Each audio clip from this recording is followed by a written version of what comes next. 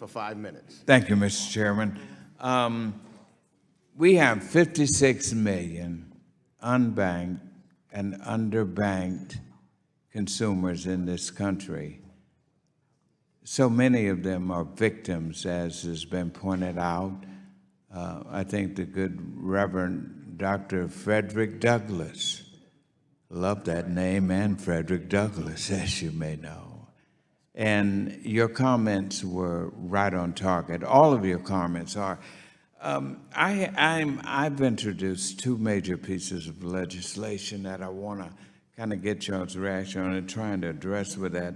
The first one is the Improving Access to Traditional Banking Act of 2019. And what this act would do, it would create an office that is specifically tasked with examining factors contributing to households that are unbanked and underbanked, identifying them, their status, and developing the best business practices for improving that situation. Mr. Sherry, you're right.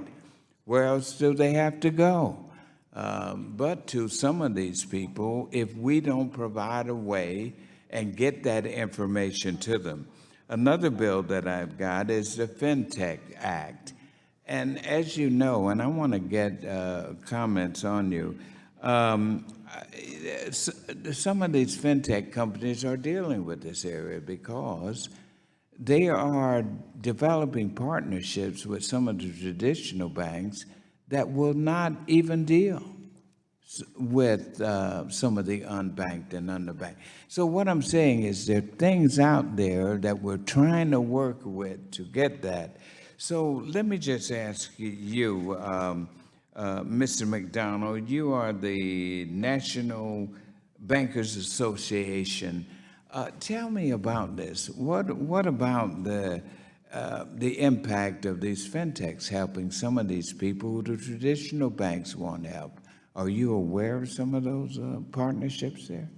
Yes, I am. And as an organization, we actually do encourage partnerships with fintechs, obviously to a certain extent, but coupled with the technology and the know-how of a traditional bank, it could actually bring down the cost and make the cost more efficient and the product and service more efficient and effective. And so that's how we've been leveraging our experience. Very good. Now, Mr. McDonald, let me ask you about, from the banker standpoint, can you tell us the importance of financial inclusion in the traditional banking sector, and in particular, how the increased safety and affordability and convenience of financial services can have a positive impact on low and moderate income consumers?